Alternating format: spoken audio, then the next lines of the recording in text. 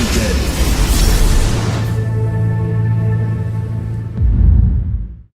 Hello everyone, and welcome back to my show. I'm Dr. Lott from Acupuncture is My Life. Now in this episode, I will talk about cough as a symptom of common cold. Now I've had interesting chat sessions on this subject over the past 2 days, and I'm finding that everyone is overreacting when someone coughs. Now before this pandemic, cough was not much of a concern unless someone sort of did it in your face or over your food without covering their mouth. Nowadays, everyone is getting quite worked up as if something catastrophic has happened simply because someone coughed. Before we go any further, if you're ever interested in engaging in a private chat with Acupuncture is My Life regarding acupuncture and any ailment you or a loved one may be faced with, simply go to the Google Play Store and download the Acupuncture is My Life app. Now, back to the subject at hand. I'd like to ask everyone to please not get too worked up if you happen to see someone cough and they're wearing a mask and still attempt to cover their mouths. I understand being upset if someone were not, let's say, wearing a mask and did not attempt to cover their mouth before doing such, but if they're properly covered, I don't think it's much of cause for concern. Please understand that cough is simply a protective natural reflex, which is intended to keep a person's airway passage clear of any obstruction. The urge to cough is a reflex in which we cannot control. It's a reflex that is under the control of your central nervous system, just as a sneeze and a yawn is. The area of your brain that controls your cough reflex is the same area of your brain that controls functions that allow for your survival. Please understand that a cough can be as a result of dust, smoke, pet hairs, as well as bacteria or viruses. You can cough as a result of food entering your windpipe. So this involuntary reflex is what can keep you from choking to death. Now when a cough is as a result of a viral infection, this involuntary reflex is what assists the lungs in ridding itself of mucus that can build up as a result of an immune response fighting an infection. Now, there are generally two main types of cough as a result of being infected with the common cold. Those being a wet cough, which happens as a result of your respiratory system creating mucus to flush out a cold pathogen from your lungs.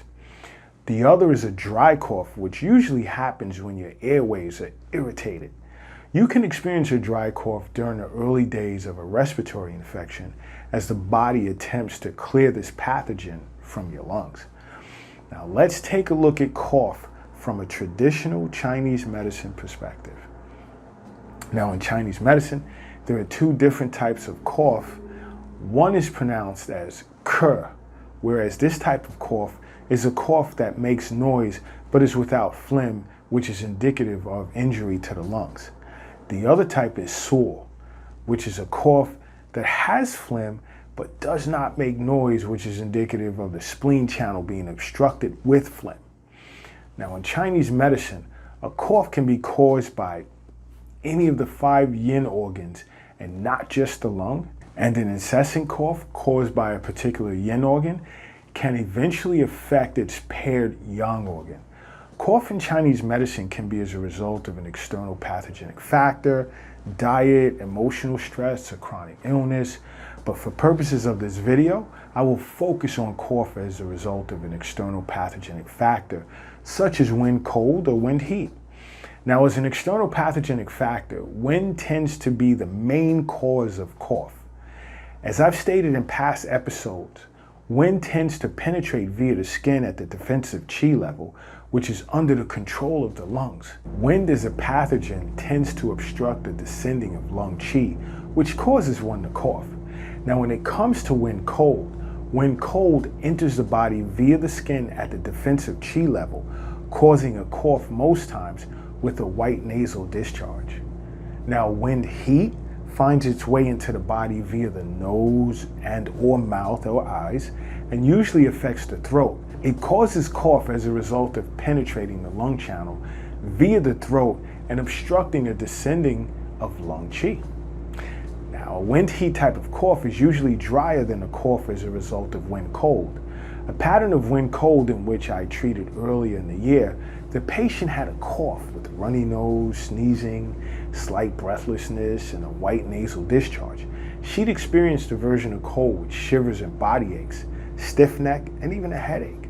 I knew I had to release the exterior, restore the diffusing and descending function of the lungs, expel wind by promoting sweating and stopping the cough. So I needle points on the lung channel to release the exterior, restore the descending of lung qi, and stop the cough. I needle points on the bladder channel as well to expel exterior wind and release the exterior. And I also needle points on the large intestine and kidney channels to promote sweating as a method of releasing the exterior. Now, the patient greatly benefited from 2 sessions of acupuncture and continued wellness treatments for several weeks following. Now, I also had a pattern of wind heat earlier this year where the patient presented with a dry cough. He'd had an aversion to cold, with shivers, there was fever and sore throat, slight sweating, body aches, headache, runny nose with a yellow discharge.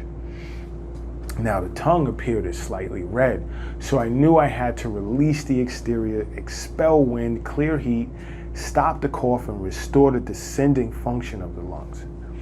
Now, in this case, I needled points on the lung and bladder channels as a result, or rather to better yet release the exterior, expel wind with a focus on wind heat for sore throat, and restore descending function of the lungs.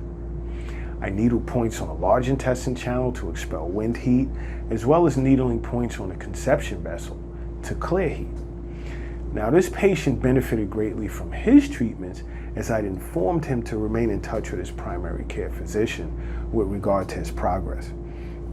Now, again, if you have any questions or concerns regarding incessant cough in which you may have an acupuncture, simply go to the Google Play Store and download the Acupuncture is My Life app to have a private chat at your convenience. Now, don't forget to subscribe to this channel. And if you'd like to learn more about acupuncture, you can also visit the acupunctureismylife.com website and click on Understanding Acupuncture to learn more. And until next time, acupuncture is my life. What's yours?